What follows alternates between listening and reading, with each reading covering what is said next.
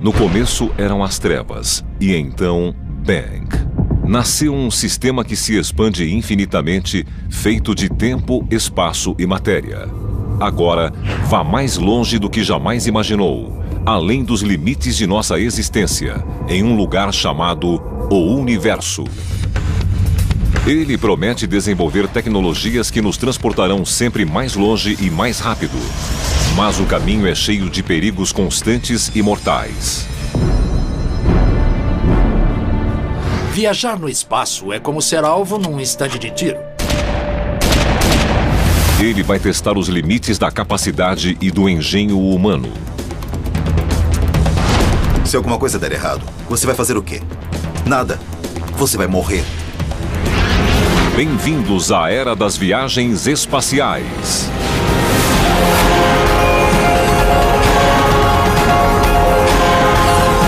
O Universo. Viajar no espaço. Por caminhos nunca antes imaginados, a mão do progresso está a ponto de entregar a humanidade aos céus. Por séculos, o misterioso esplendor do universo nos tem motivado a explorá-lo. Finalmente, seus mistérios estão ao alcance da mão e o destino do homem poderá ser cumprido. Não sei se está escrito em nossos genes, mas sempre que você vê algo na distância, sua curiosidade fica aguçada e você quer ver a coisa mais de perto. Então, apesar de os telescópios nos darem uma boa visão, se todas as coisas estiverem ao alcance de nosso programa espacial, por que não fazer a viagem? Saída em 10, 9, tudo em ordem. 5, 4 e... partida do ônibus espacial Atlantis. Liberar-nos dos grilhões de nosso próprio planeta foi uma das maiores conquistas da humanidade. Mas ninguém, desde 1972, se aventurou além da órbita da Terra. Nosso programa espacial está parado há 30 anos. E nos contentamos em girar em torno do planeta Terra. É como se Colombo chegasse ao Novo Mundo pela primeira vez e depois passasse o resto da vida explorando a costa da Espanha. Qual é o problema? O problema é que há uma palavrinha fatal de 5 letras que é custo. Custa cerca de $20 mil colocar 1 quilo de qualquer coisa em órbita. Imagine John Glenn feito de ouro maciço. É o que custa colocar ele ou você em órbita. Seriam necessários $20 milhões para você passar um fim de semana numa estação orbital. Custaria $500 milhão levar você à Lua. E levar você a Marte custaria dezenas de bilhões de dólares. Um jeito de reduzir o custo de chegar ao espaço seria encontrar um modo mais eficiente de escapar à gravidade da Terra. Lembra da história de João e o pé de feijão? João era um menino que subiu no pé de feijão até o céu. Bem, imagine um elevador espacial onde você aperta um botão para subir e ele o leva para os céus, tal como João e o pé de feijão. Em vez de ser construído de baixo para cima, o elevador espacial viria de cima para baixo. Um satélite em órbita geossincrônica soltaria um cabo de 100 mil quilômetros até a Terra, onde ele seria ancorado à superfície. Nós estamos muito perto de conseguir criar fibras que suportariam a tensão de viajar a enormes velocidades no espaço sideral. O elevador gira com a Terra, de modo que ele não cai nunca, porque faz um movimento de rotação junto com o planeta. O mecanismo do elevador simplesmente enrolaria o cabo, erguendo viajantes e suprimentos à órbita, onde ficaria uma primeira estação. O sistema substituiria inteiramente um lançamento de foguete convencional. Isso pode reduzir o custo de viajar ao espaço em cerca de 1000 vezes. Pense nisso. Logo, você vai concluir que viajar ao espaço custará quase como uma passagem de avião. Mas, além dos confortáveis limites da Terra, grandes ameaças aguardam os viajantes espaciais.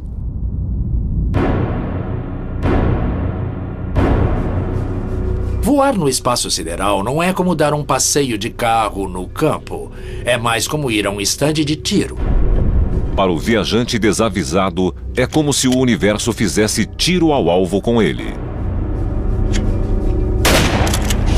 Há partículas no espaço do tamanho de um grão de pó ou do tamanho de um pedregulho que viajam a dezenas de milhares de quilômetros por hora e às vezes mais. Mais de 500 mil desses projéteis, medindo entre 2 e 3 centímetros de diâmetro, passam por nosso planeta neste momento.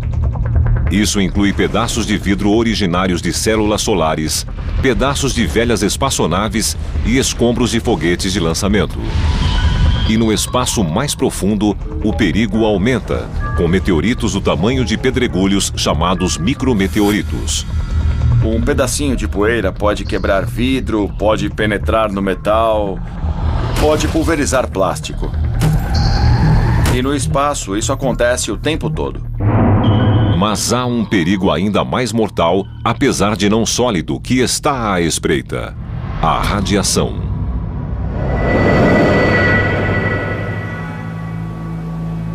Os efeitos devastadores dessa energia invisível foram vistos na Terra logo depois das bombas atômicas da Segunda Guerra Mundial ou depois do acidente nuclear de Chernobyl.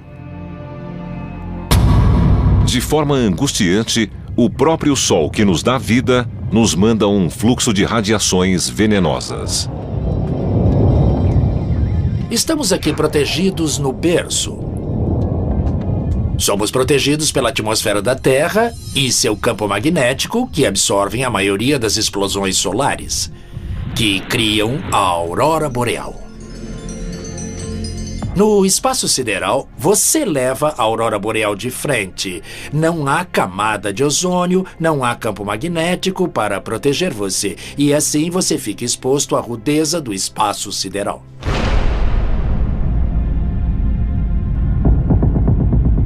À distância que estamos do Sol, cerca de 145 milhões de quilômetros, várias centenas de milhões de partículas solares passam através de cada centímetro quadrado de espaço a cada segundo à volta da Terra. Há partículas de alta energia nos atingindo o tempo todo. Mas de vez em quando há uma dose a mais de partículas. O Sol sofre explosões e emite muita radiação, o que não é bom. Esse nível de radiação não é bom para o DNA de ninguém.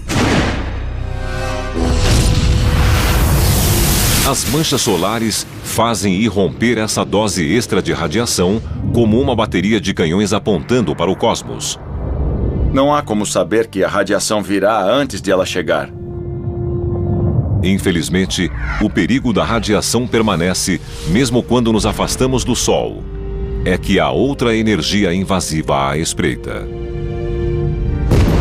Conhecidos como raios cósmicos galácticos, eles vêm de mundos distantes de estrelas que explodiram e de buracos negros. Raios cósmicos galácticos são partículas que viajam pelo espaço em velocidades próximas à da luz. Uma simples partícula de ferro que bate em seu corpo terá o efeito de uma bola de beisebol a 150 km por hora. Pode ser devastador. Apesar de partículas pesadas serem raras, se um astronauta tiver de sair da proteção da espaçonave, como acontece com frequência, milhares de raios cósmicos galácticos atingirão seu corpo a cada segundo. Em 24 horas, o viajante do espaço recebe radiações de raios cósmicos e de partículas solares equivalentes às recebidas por alguém na superfície da Terra em 6 meses. O corpo humano não vai sentir de imediato o efeito da radiação, mas, dependendo de sua quantidade, esse efeito pode ser notado mesmo de olhos fechados. As partículas parecem faiscar quando atingem a retina do viajante do espaço. As faíscas não cegam, mas você se pergunta, vi alguma coisa? E todos confirmam sua ocorrência, e a aparência pode mudar de vez em quando. No entanto, o verdadeiro choque para o corpo humano vem da estranha falta de peso. Acho que a coisa mais perigosa de viajar no espaço é a falta de gravidade. A falta de peso faz com que quase todos os sistemas de seu corpo comecem a mudar. E eles não param de mudar até que você volte a um mundo onde haja novamente gravidade. Uma das primeiras coisas que o viajante espacial perde pela gravidade zero é seu senso de orientação. O que é em cima e o que é embaixo? Boa pergunta. Para começar, é como você quiser. Se você disser que para cima é assim, tudo bem. Se você disser que é assim, tudo bem também. A maioria dos viajantes vai sentir enjoo nas primeiras horas, talvez nos primeiros dias. Essa é uma coisa que você deve se resignar a enfrentar. Talvez nos primeiros dias, qualquer um vai se sentir perturbado em termos de orientação. Aqui na Terra, a experiência de flutuar quando se mergulha é a mais parecida com o que se sente em prolongados períodos sem gravidade.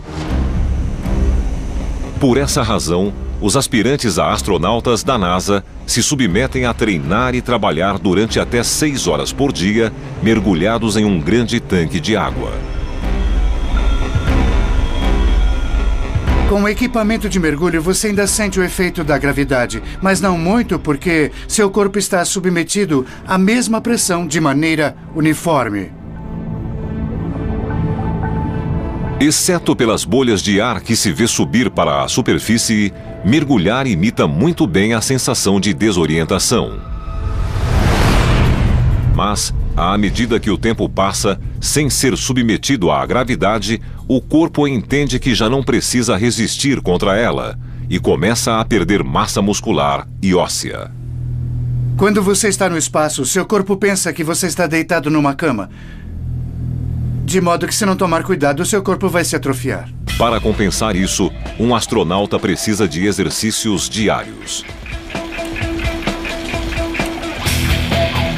As pernas são particularmente vulneráveis porque são raramente utilizadas. Nesse mundo, deslocar-se fica mais por conta de braços e mãos. A maior dificuldade é se acostumar com o fato de viver num lugar onde você não pode andar para lá e para cá. Você tem de flutuar para onde quiser ir. A falta de gravidade também paralisa o trato digestivo, o que pode causar problemas na hora das refeições. Seu sistema digestivo para. Você não vai conseguir comer e beber, até digerir novamente. E isso pode levar muitas horas ou até dias. Pior ainda, gravidade zero e radiação podem se combinar de maneira particularmente sinistra. No espaço, o sistema imunológico não é tão eficiente quanto normalmente é. E vírus e bactérias que suportaríamos em condições normais podem se tornar mais perigosos. Além disso, uma bactéria pode crescer até 50 vezes mais depressa e qualquer vírus levado a bordo pode sofrer mutação para um vírus predador desconhecido graças à sempre presente radiação.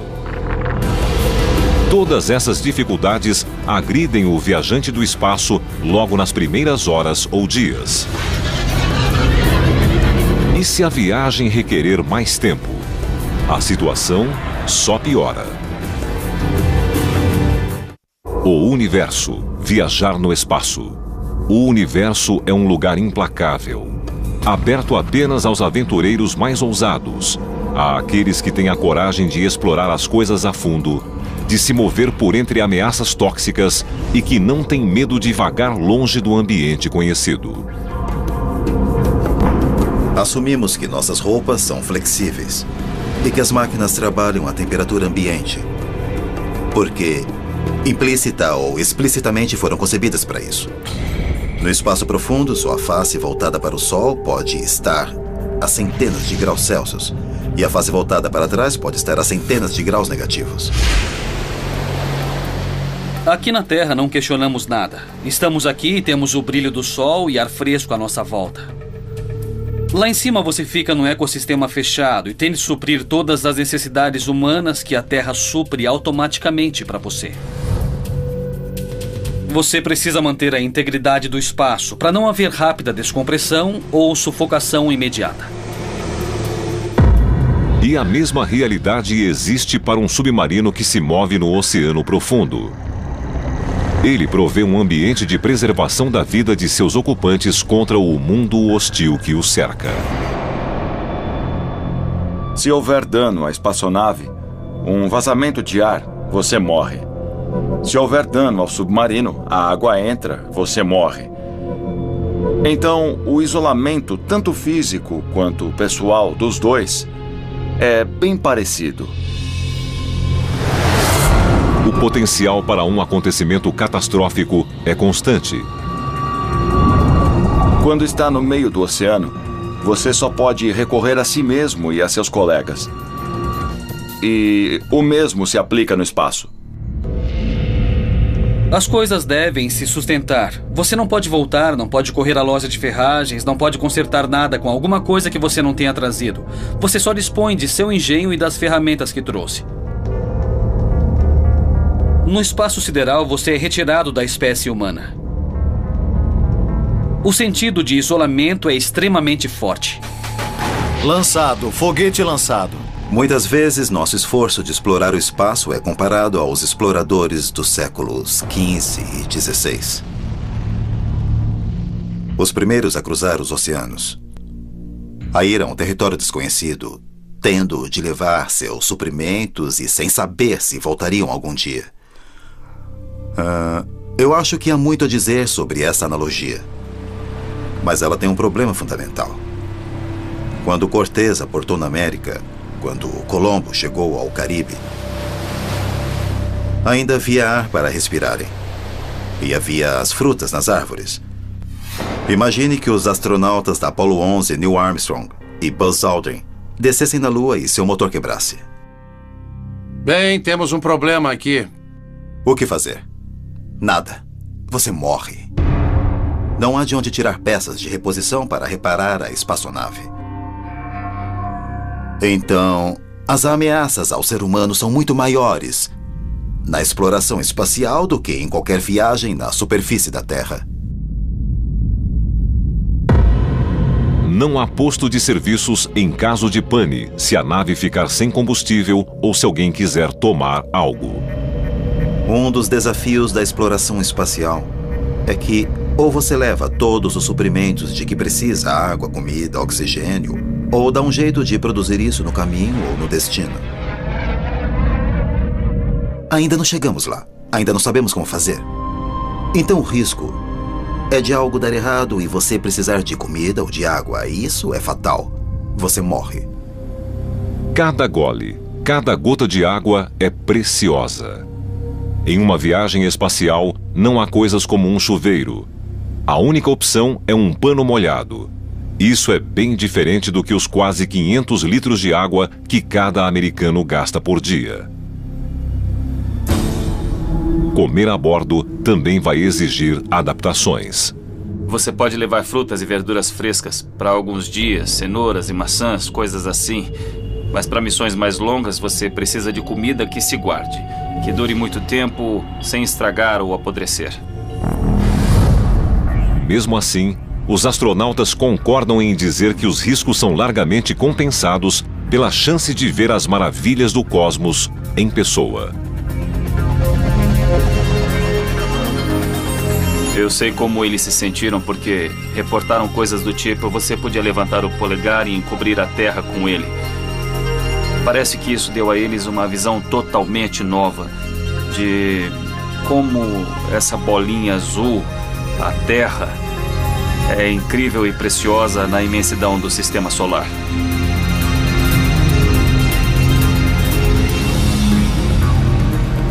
A experiência me mudou para sempre. E eu acho que pode mudar qualquer um que passar por ela no futuro. No entanto, a duração de viagens futuras pode limitar as experiências possíveis aos viajantes do espaço. As distâncias de nosso universo são um desafio à compreensão. Se nosso Sol fosse uma bola de basquete, nossa Terra teria o tamanho de uma ervilha. Se fossem colocados no Central Park, a estrela mais próxima seria outra bola de basquete, a quase 8.000 quilômetros no Havaí.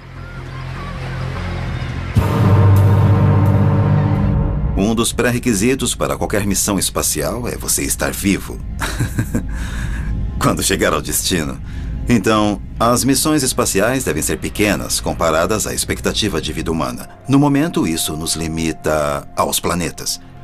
E, possivelmente, a cometas e asteroides, se um dia quisermos visitá-los. A paisagem rude e brutal dos planetas mais próximos do Sol, Mercúrio e Vênus, não os tornam atraentes a qualquer visita. As temperaturas de Vênus podem exceder os 500 graus Celsius e a esmagadora pressão atmosférica é equivalente a estar submerso a 900 metros de profundidade. Isso deixa os planetas mais longe do Sol para potenciais explorações. Mas, mesmo viagens aos planetas mais próximos ainda levariam vários meses ou anos. Milhões de quilômetros. Cerca de 220 milhões de quilômetros separam as órbitas da Terra e de Marte. Mas, como cada planeta gira em torno do Sol a velocidades diferentes, as distâncias relativas mudam continuamente. O problema de ir a Marte é que ele só se alinha com a Terra uma vez a cada 2 anos. Com a atual tecnologia de foguetes a combustível químico, um voo saindo da Terra em direção a Marte em 2018, quando os dois planetas estiverem do mesmo lado em relação ao Sol, poderia durar 104 dias, menos de 4 meses. Depois de uma estada de 40 dias, a viagem de volta vai exigir pouco mais de 6 meses. Isso dá um ano inteiro entre ida e volta.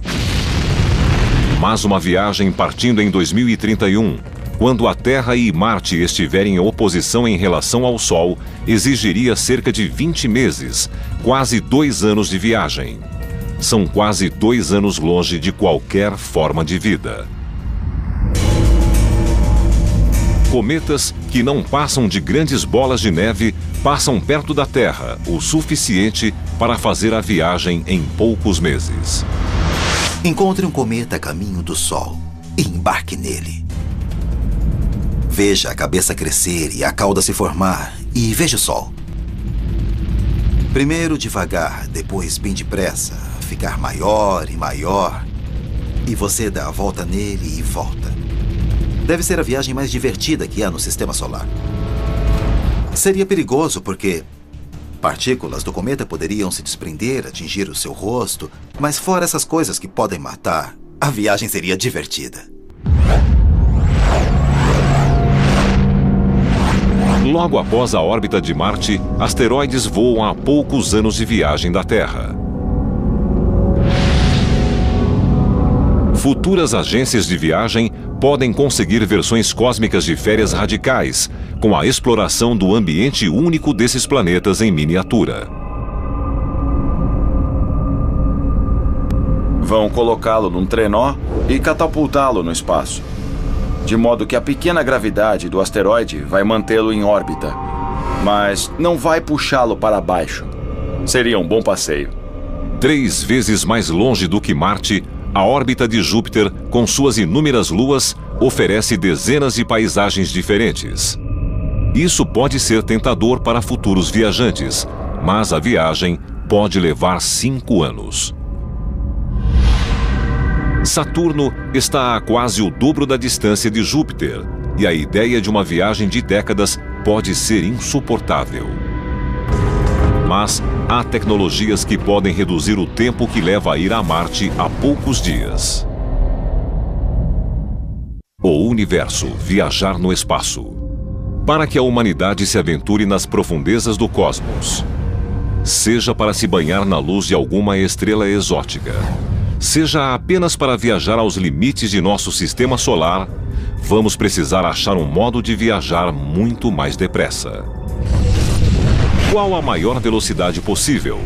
Nada até hoje, observado pela ciência, é mais rápido do que a velocidade da luz, 300 mil quilômetros por segundo. A velocidade da luz é a maior velocidade do universo. Este é um pilar da teoria de Einstein. A velocidade da luz é tal que ela pode dar 7 vezes a volta da Terra em 1 segundo. Se você pudesse pular até a Lua à velocidade da luz, você chegaria lá em 1 segundo. Compare isso com os 3 dias necessários para chegar lá com a tecnologia atual. O problema é que não podemos viajar na velocidade da luz, nem em uma velocidade parecida. Pegue a coisa mais rápida que já mandamos para algum lugar. E veja em quanto tempo ela chegaria à estrela mais próxima. Demoraria 50 mil anos. Isso é usando a propulsão química atual, cuja velocidade máxima alcança 65 mil quilômetros por hora. É essa a propulsão que usamos para tirar nossos foguetes do planeta.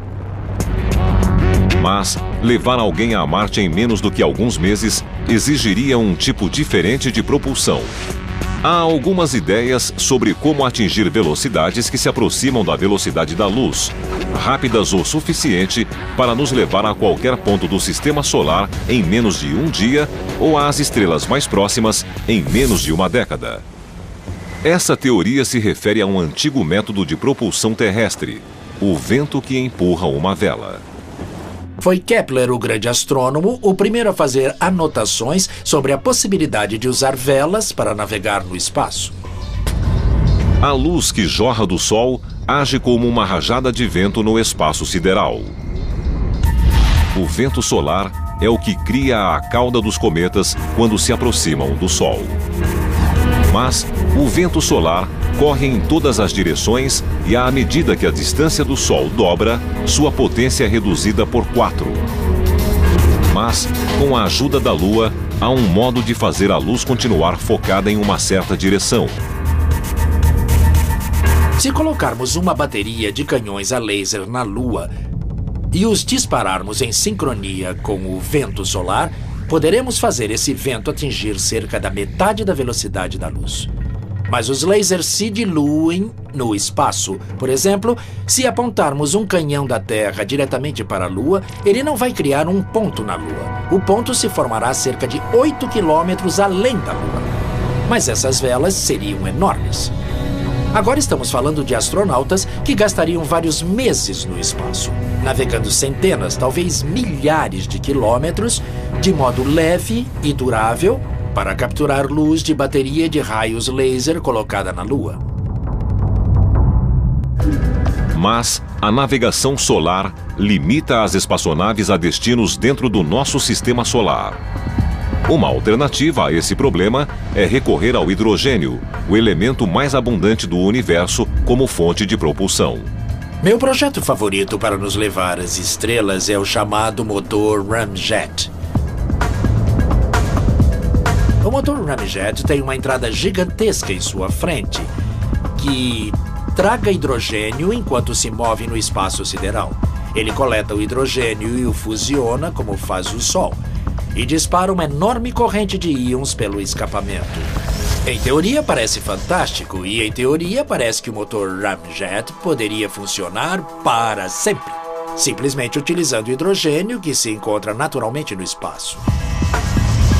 Infelizmente, os cientistas ainda não conseguiram realizar uma fusão de hidrogênio capaz de prover propulsão em testes.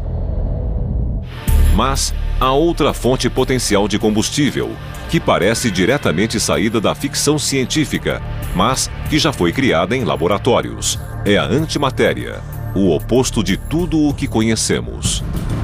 Por exemplo, pense no mundo que vemos do outro lado desse espelho. Assim como Alice no País das Maravilhas, nós físicos nos perguntamos se há um universo do outro lado do espelho. Um universo e outro universo, onde o esquerdo vira direito e o direito vira esquerdo. No anti-universo, as cargas são invertidas.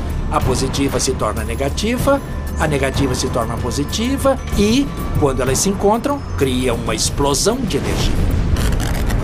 Então, se esse universo, do outro lado do espelho, fosse feito de antimatéria, e se eu pudesse tocar nesse universo, eu destruiria toda a área metropolitana de Nova York numa explosão de energia. Então, a conversão de antimatéria e matéria em energia é 100% eficiente. É o motor definitivo. Mas há um problema. Sempre há um problema. Mesmo que tenhamos conseguido criar antiátomos em laboratórios, os custos são estupendos. Os Estados Unidos iriam à falência para criar uma colher de chá de antimatéria.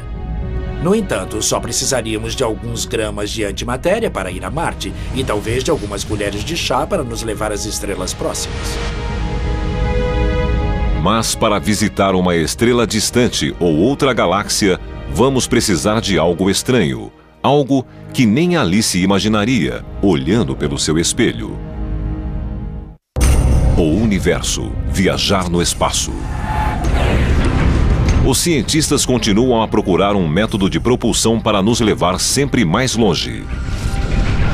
Mas mesmo à velocidade da luz, não iríamos muito longe.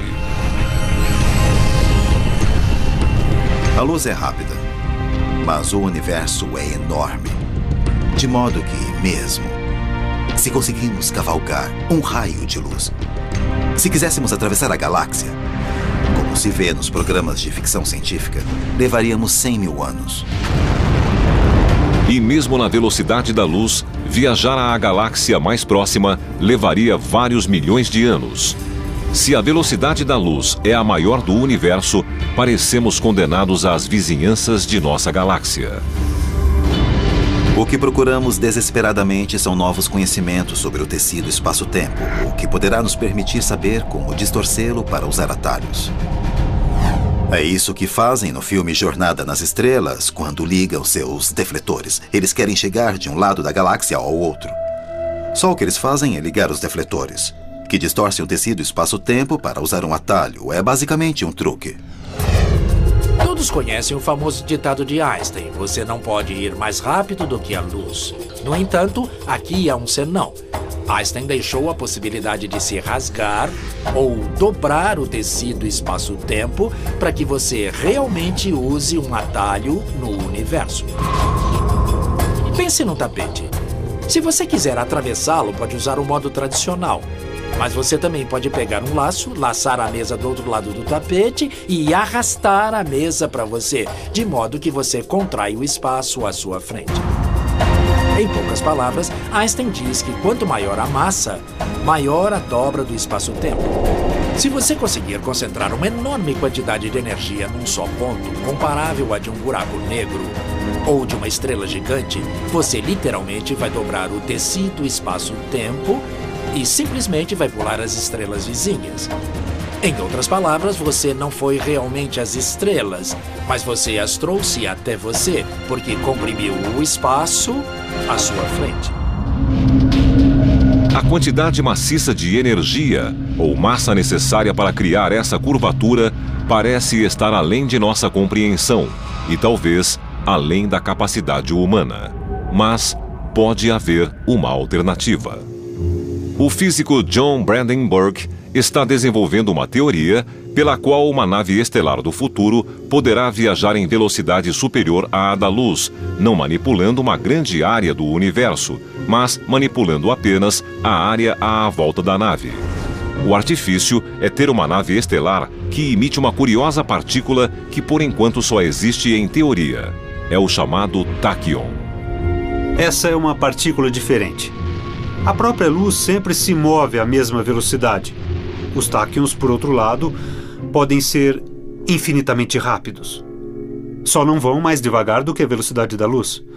A velocidade da luz para eles é a mínima. E eles respeitam o limite. Se existirem, os táquions podem ultrapassar a velocidade da luz porque têm o que os físicos chamam de massa imaginária. Um valor imaginário pode ser visualizado no efeito de uma bola de tênis. O efeito pode fazer a bola se dobrar e seguir uma trajetória diferente da que parecia seguir quando da batida da raquete.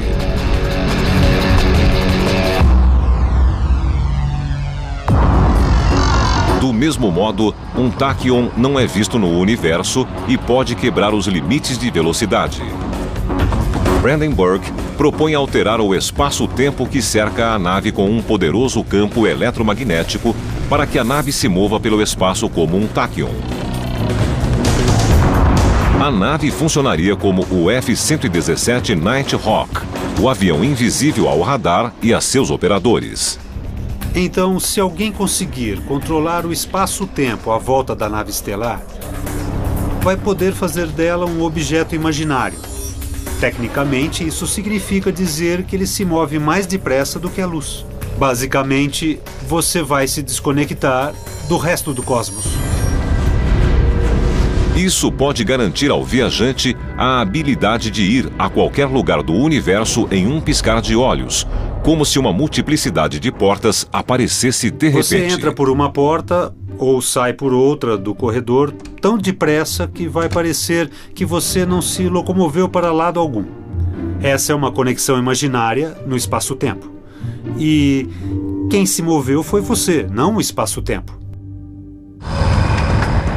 Ninguém sabe a que velocidade ou mesmo para onde uma nave dessas poderia viajar. Em qual porta entrar? Por qual porta sair? Eis a questão. Mas viajar pelo corredor do universo não será possível sem antes superarmos uma de suas forças fundamentais, a força que nos mantém sobre nosso planeta. Escapar do campo gravitacional da Terra é a primeira coisa que temos de fazer. 10, 9, 8, 7, 6... Para um objeto escapar do campo gravitacional da Terra... 2, 1... Ignição e partida do foguete. Ele tem de alcançar a velocidade de 28.000 km por hora. Nessa velocidade, pode-se percorrer de Nova York a Los Angeles em 8 minutos. Não há outra maneira com o que temos hoje. Apenas a força bruta. Enquanto um elevador espacial teórico poderia elevar as coisas e tirá-las da gravidade, um foguete só escapa da gravidade usando a força bruta originada pela reação química explosiva da queima de combustível. É a energia química que move os motores dos foguetes atuais. Cada vez que você queima algo, usa energia química. A ignição de um foguete se dá por energia química. Cada vez que você liga o motor de seu carro, você usa energia química armazenada na gasolina. Só o combustível pode representar 90% do peso total da espaçonave.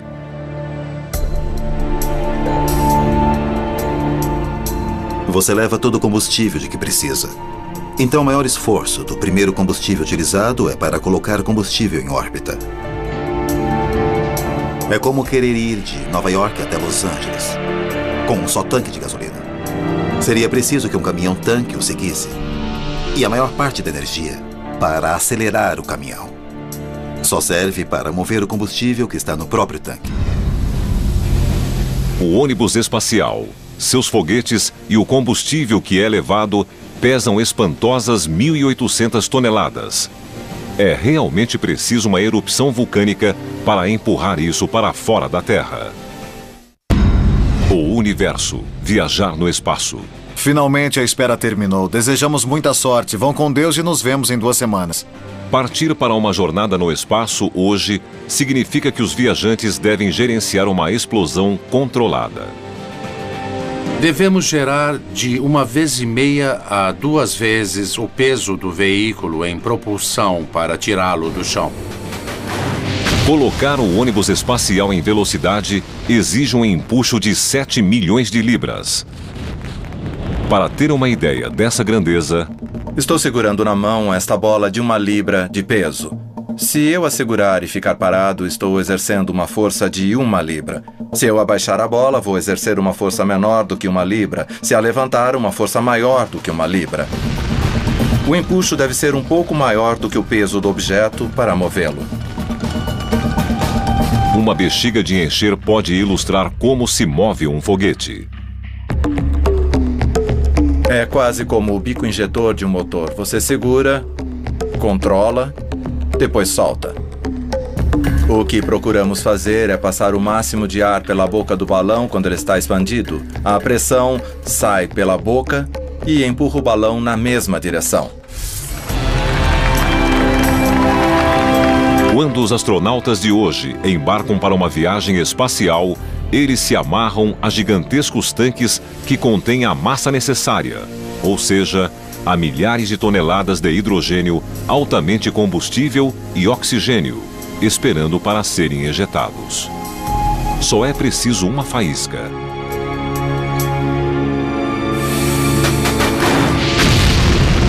O motor principal começa 6 segundos antes da decolagem. Toda a nave estremece, parece que ela só quer se separar da rampa de lançamento. O foguete da nave espacial Endeavour consome... E daí então você pensa, puxa vida, é muita força, 1,5 milhão de libras de empuxo. É quase surreal. Você acha que não está acontecendo. Mas é algo que você quer fazer há muitos anos e está acontecendo. É como conduzir um terremoto. Você gastou milhões de dólares em combustível só para os primeiros 2 minutos de voo, quando os foguetes de impulso se separam. A separação dos 2 foguetes mais parece uma trombada de trens. A sensação é de aceleração, sempre mais, à medida que se queima o combustível do tanque principal. Então, pelos próximos 6 minutos, você acelera até o ponto de sentir 3 Gs. 3 vezes a força da gravidade terrestre. A sensação é de ter um gorila sentado no seu peito.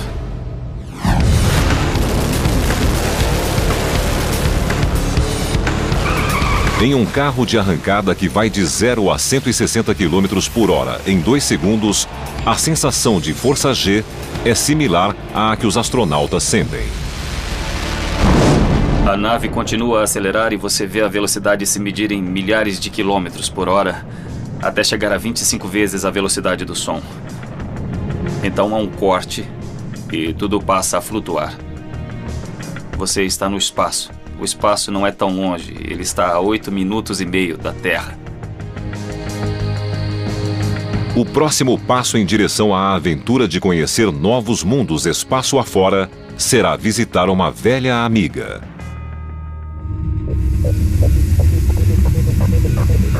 Apesar de ainda não se tratar do elevador espacial, a missão da NASA de voltar à Lua considera o conceito de base orbital da Terra para viagens mais longínquas. O programa Constelação da NASA, sucessor do legendário projeto Apollo, prevê uma implantação na Lua em 2020. 2 foguetes separados estão na base do plano. O foguete não tripulado Ares 5, mais alto do que um campo de futebol, colocado em pé, vai levar módulos de aterrissagem, suprimentos e uma base de lançamento de foguetes em órbita que ficará esperando os astronautas. E o foguete Ares 1, que colocará a tripulação em órbita a bordo de uma cápsula. Depois, ele vai se encontrar com a base de lançamentos e partir para a Lua. Pode levar mais suprimentos e artigos para a Lua. É o que esse programa contínuo nos proporciona. Não como o Apollo, que só permitia ir à Lua 1 ou 2 dias no máximo antes de voltar. Encontraremos maneiras de superar as grandes conquistas do programa Apollo? Poderemos atravessar o vasto cosmos tão rapidamente e sem esforço quanto viajamos para outra cidade ou outro continente? Somos obrigados se quisermos sobreviver enquanto pessoas. Não vamos parar de explorar. A história nos ensinou repetidas vezes que as sociedades que pararam rapidamente desapareceram. Explorar é parte do que somos, do que devemos deixar a nossos filhos e aos filhos deles. Somos assim e fazemos assim.